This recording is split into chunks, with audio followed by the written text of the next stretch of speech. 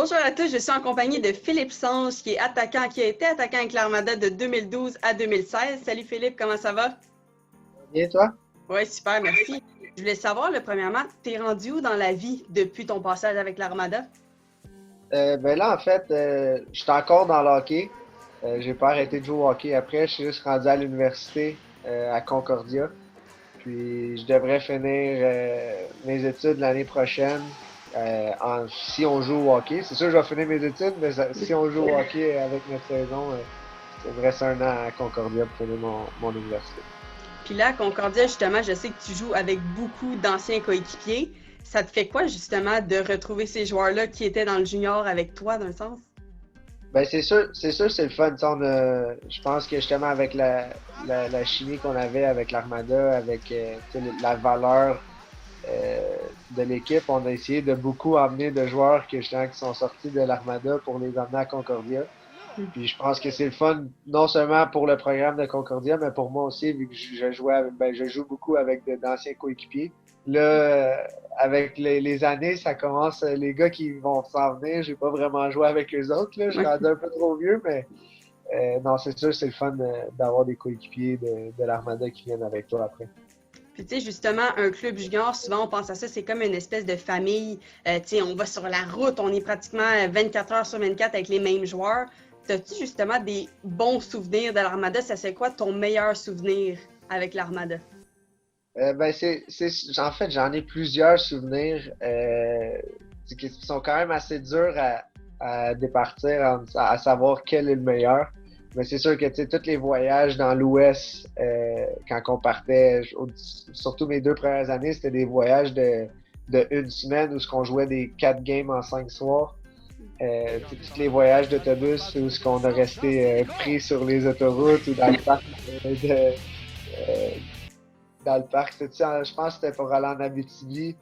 C'est sûr qu'on on a eu vraiment du plaisir avec les gars dans le boss, mais je pense qu'une anecdote qui m'a marqué de mon passage junior, ça a été à 17 ans, quand tu rentres dans ton équipe junior, ils vont te dire de faire de quoi, tu vas le faire parce que tu veux pas déplaire, tu veux plaire à tout le monde, puis tu veux faire ta place. Puis ils faisaient un concours de mangeur de bananes le plus rapide. Fait que ce qu'ils font, c'est qu'ils te couvrent les yeux, puis toi tu vas contre un vétéran qui est supposément le champion de l'année d'avant. Puis dans le fond, c'est un concours que tu manges, il amène un plein de bananes, puis tu manges le plus de bananes le plus vite possible, mais il te couvre les yeux, fait que tu vois pas l'autre. Mais c'était juste pour me rendre compte après que l'autre, il faisait pas, puis moi, je le faisais tout seul devant tout le monde. Si Jean-François Hull il écoute les entrevues, d'après moi, il va rire pas mal. Il va savoir de quoi tu parles. C'est ça qui est le fun d'un sens, justement, tu sais, d'un club junior. Puis si, admettons, là, on tombe sur une note plus, je te dirais, sérieuse. Toi, au niveau persévérance et détermination, on s'entend, c'est deux mots qui te décrivent pratiquement parfaitement tout au long de ta vie, mais tu sais, aussi avec ton parcours avec l'Armada. Comment tu décrirais ton arrivée, style à ton année de recrue avec l'Armada versus ton année de 20 ans, que tu étais pratiquement un des joueurs des plus aimés de l'organisation par les partisans? C'est sûr que quand je suis arrivé, le stress, c'est sûr que tu l'as, c'est sûr à 100%. Tu arrives dans ton premier camp junior, tout le monde te dit quand tu es jeune, c'est vraiment dur de jouer Midget 3, c'est vraiment dur de tout le temps passer au prochain niveau. Puis là, quand moi je suis arrivé justement à mon premier camp, je m'étais mis aucune pression, j'étais là pour avoir du fun. Je me suis dit, au pire des cas, je vais retourner jouer Midget 3 à 17 ans. Puis, il y en a beaucoup qui ont fait ce chemin-là pour se rendre plus haut. Fait que je m'étais mis aucune pression. C'est sûr que le stress d'être junior embarque, mais je pense que j'ai resté moi-même jusqu'à mes 20 ans. Je me suis présenté à tous les jours, puis mon but c'était ça, c'est de me présenter, travailler fort, puis avoir du fun. Puis je pense que c'est ça qui a fait que pendant mes 4 ans junior, j'ai eu du succès avec l'Armada. J'essayais de pas mettre trop de pression. Des fois, c'est quand tu essaies d'en faire trop ou que tu te mets trop de pression que ça va moins bien. Puis ça a bien fonctionné pour 4 ans. Puis, tu sais, justement, tu dis que ça a bien fonctionné effectivement parce que le premier trophée de l'histoire de l'Armada a été nommé en ton nom, en ton honneur, le joueur le plus combatif. Comment tu as appris cette nouvelle-là? Qui te l'a dit? Puis comment tu t'es senti par rapport à ça? Ben, en fait, ils l'ont annoncé au tournoi de golf. Je pense que c'était l'année après que je sois. Un an après, dans le fond, que j'avais fini mon stage junior. Okay. Puis je me rappelle, avec Mario Marois, ben, c'est Joël qui l'a annoncé en faisant un speech après au souper, dans le fond, après le tournoi. Puis je me rappelle, ils m'ont donné le micro, puis ça a pris un bon 2-3 secondes avant de commencer à parler. Je comprenais pas trop ce qui se passait. C'est sûr, c'est un très bel honneur qu'ils m'ont fait. Puis même encore, on dirait que c'est pas réel. Des fois, je l'ai encore. J'ai comme une réplique chez nous. Puis je me dis, dans ma tête, ça fait pas de sens qu'il ait fait ça en mon honneur. C'est encore, c'est des beaux souvenirs. Puis c'est vraiment touchant. Puis c'est un bel honneur. Puis on peut se le dire, tu as vécu une superbe carrière junior, mais on peut pas parler de ta carrière junior sans parler de ton but en prolongation contre les Foreurs de Val-d'Or. Est-ce que tu peux justement, ta ligne de pensée vis-à-vis ça, comment tu te sentais à ce moment-là, puis l'ambiance dans la chambre après ce fameux but?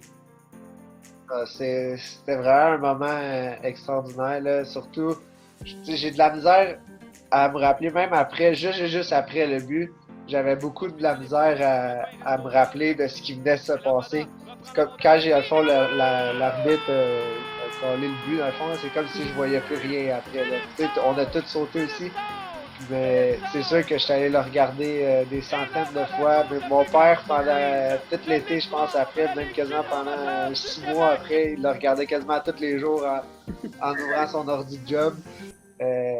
C'est sûr que l'ambiance, j'ai jamais vu en fait le centre d'excellence exploser comme ça. C'était juste fou.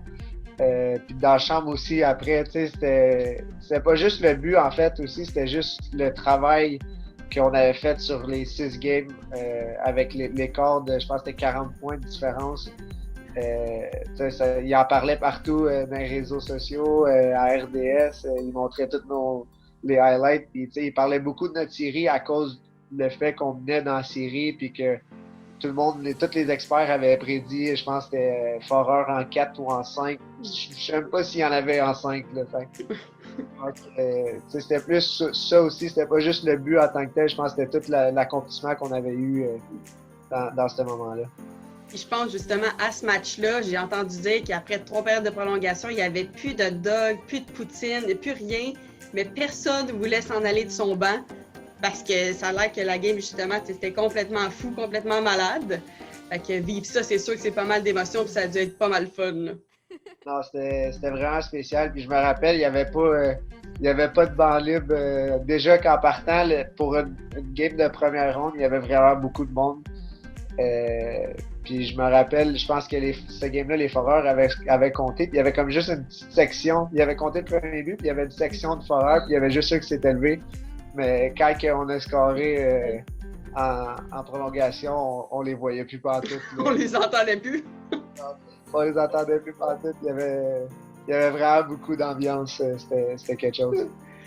Poche missile est plaqué par Pépin, il reste au sol. Mais l'Armada reprend la rondelle, le tir et le but!